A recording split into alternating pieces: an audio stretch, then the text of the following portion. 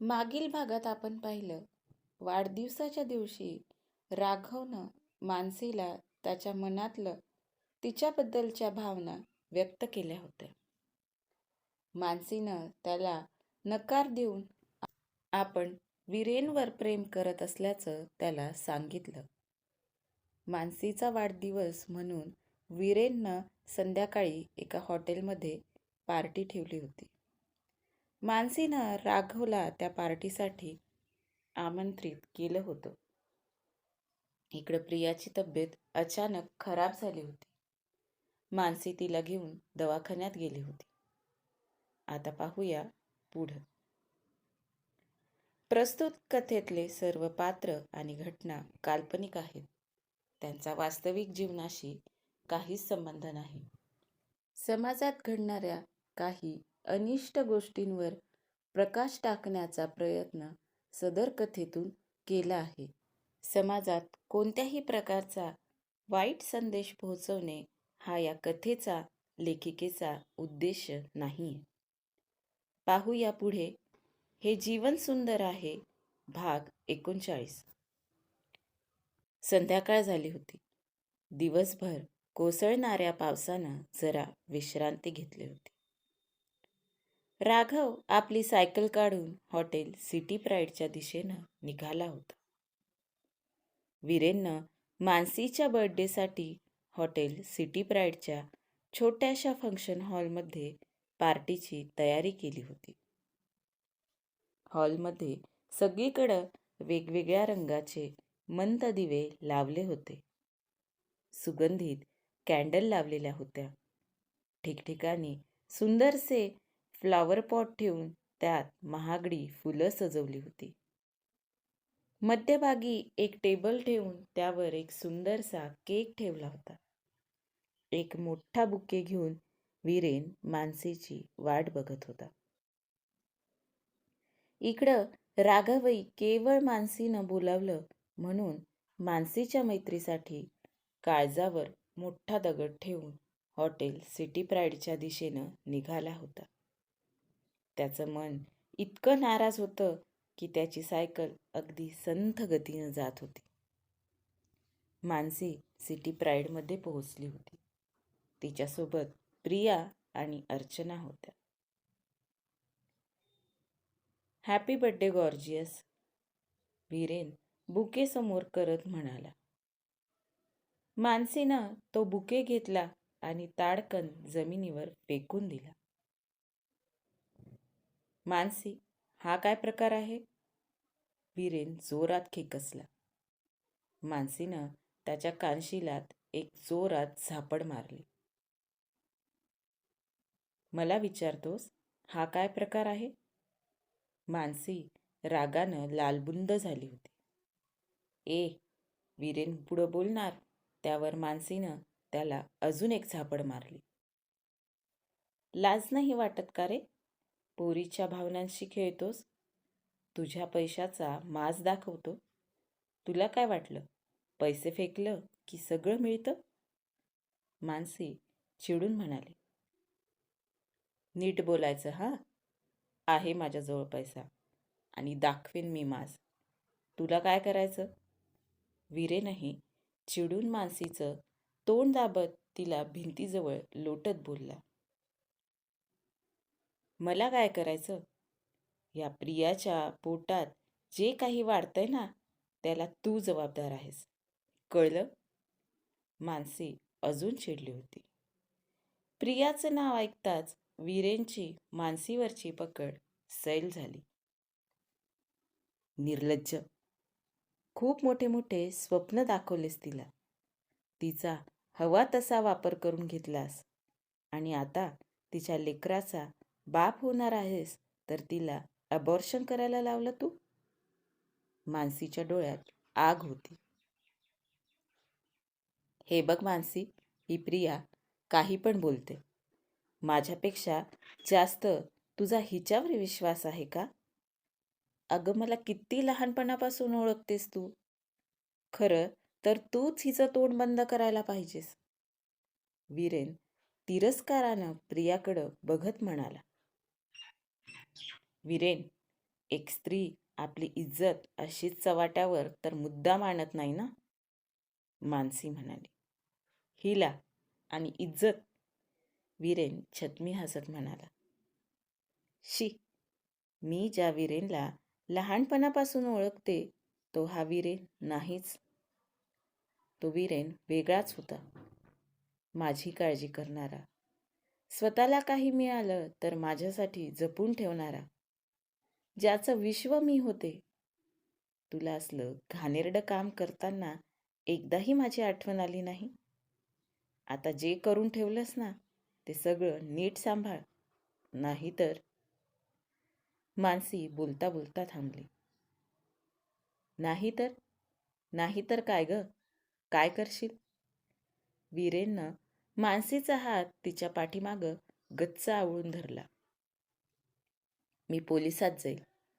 पोलिसात तुझी कंप्लेंट देऊन येईल. मानसी चिडून म्हणाली. पोलिसात जाशील का तू? खुशाल जा. तुझ्या मैत्रिणीचे प्रेमपत्र, फोटोज आहेत म्हटलं माझ्याजवळ. वीरेननं मानसीचा हात अजून जोरात पिळला. वीरेन, का केलंस तू असं? मानसी ओरडून म्हणाली. मला वाटलं म्हणून मी केलं. आणि प्रिया काही पहिली मुलगी नाहीये. अशा कितीतरी आल्या आणि फडफड करत गेल्या. वीरेन परत छद्मी हसत म्हणाला. मानसी स्वतःचा हात सोडवून घ्यायचा प्रयत्न करत होती. वीरेननं तिचा हात अजूनच घट्ट आवळला. वीरेन, सोड मला. मानसी ओरडू लागली. ए, गप्पे. आली मोठी महानतेची देवी. समजते काय ग तू स्वतःला? एवढं तुझ्या मागं करायचो तर तुझे ते सो कॉल्ड उपदेशाचे धडे असायचे. आता हे नाही करायचं, नंतर ते नाही करायचं. काय तर म्हणे आधी करिअर, मग लग्न आणि मग. अगं चिक्कार पैसा आहे माझ्याजवळ. तू मला कधी तुझ्याजवळ येऊच दिलं नाहीस. कधी तुझा हातही पकडला तर तू लगेच झटकायचीस. आपल्या बॉयफ्रेंडला कसं खुश ठेवायचं हे विचार त्या तुझ्या मैत्रिणीला. ती पण आता आली आहे तणतणत. पैसा फेकत होतो, महागडे गिफ्ट देत होतो, तेव्हा तिची इज्जत नाही केली का? आली मोठी. या असल्या मुलींची हीच लायकी असते. या असल्या 50 पोरी फिरवू शकतो मी. आणि फिरवतोही. कळलं का? आज केवळ तुला खुश करायला एवढा पैसा ओतून तुझ्या बर्थडेची पार्टी ठेवली. आणि तू बघ काय करते. मागच्या 2 वर्षापासून बघतो. त्या भिकारड्या राघवच्या झोपडीत जाऊन तुला वाढदिवस साजरा करायची हौस होती ना? अगं पैसा फेकला की काय मिळतं हेही बघ जरा डोळे उघडून. वीरेननं बोलता बोलता तिथं ठेवलेली एक दारूची बॉटल उघडली आणि एका दमात सगळी दारू पिऊन टाकली. वीरेन, तू दारू पितोस? मानसीच्या डोळ्यात चीड होती. तिचा आवाज कापरा झाला होता. हो, पितो. रोजच पितो. सिगरेटही फुकतो. आणि तुला माहिती का मी कसा पास झालो? तू शिकवल्यामुळं नाही बरं. माझ्या मामानं विद्यापीठात पैसा फेकला आणि मी पास झालो. मी कॉलेजमध्ये आलोच तुझ्यासाठी, तुला मिळवण्यासाठी. मला जे हवं असतं ना ते मी मिळवतोच. म्हणून तर तुझ्या मागं राहत होतो. तू काही हाती लागत नव्हती.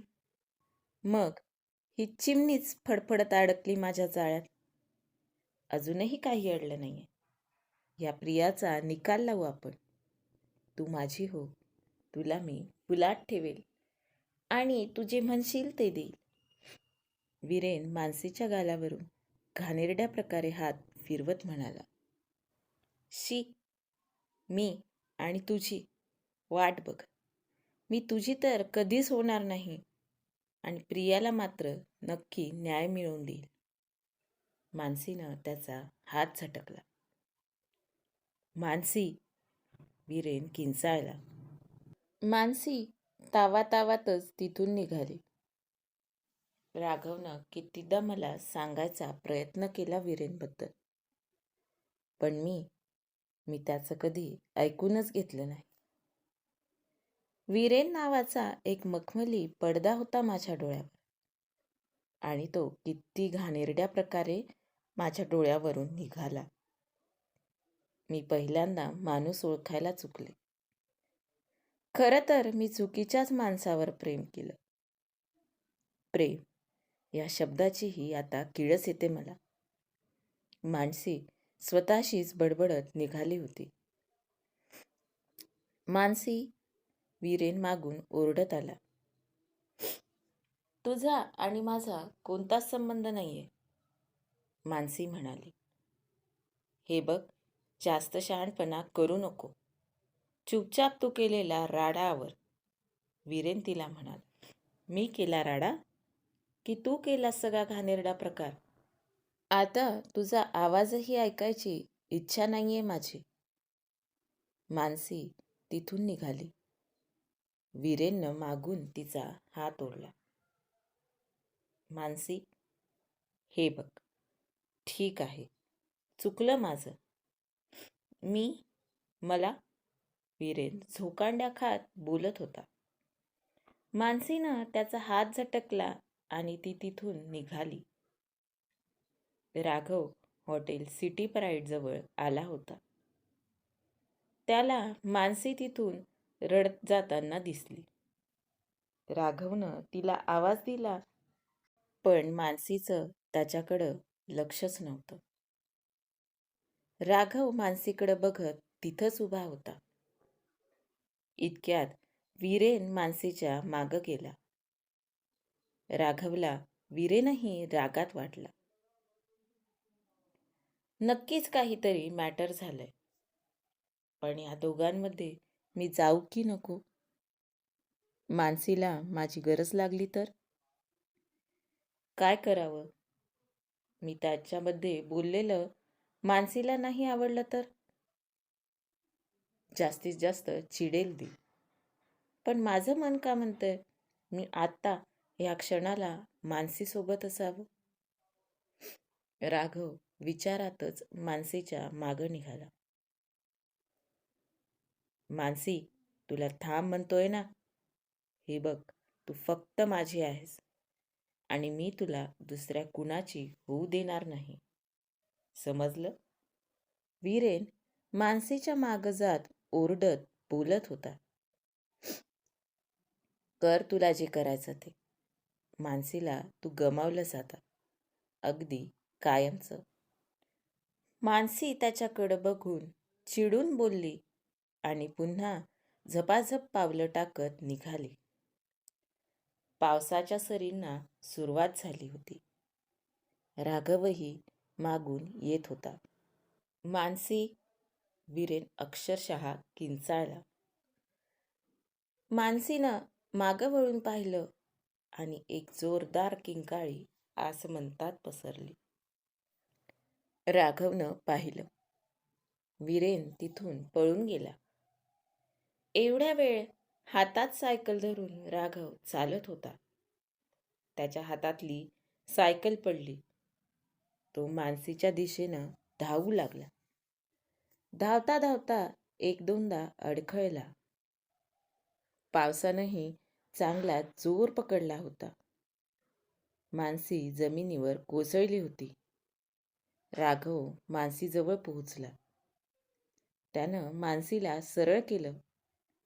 वीरेननं मानसीच्या चेहऱ्यावर ॲसिड फेकलं होतं. त्यात तिच्या चेहऱ्याची डावी बाजू, मान आणि डाव्या बाजूचे सगळे केस जळून त्वचेला चिटकलेले होते. मानसी वेदनेनं विव्हळत होती. मनू, मानसीला जवळ घेऊन राघव ढसाढसा रडत होता. पाऊस अजूनच जोरात कोसळत होता. 2 क्षणांसाठी काय करावं हे राघवला कळलंच नाही, पण तो लगेच भानावर आला. आजूबाजूला काही मदत मिळते का हे बघू लागला. मुसळधार पाऊस असल्यानं रस्ताही अगदी सुनसान होता. मानसी बेशुद्ध झाली होती. काय होईल पुढे पाहूया पुढच्या भागात. कथेच्या पुढच्या भागाच्या अपडेटसाठी चॅनलला सबस्क्राईब करायला विसरू नका. धन्यवाद.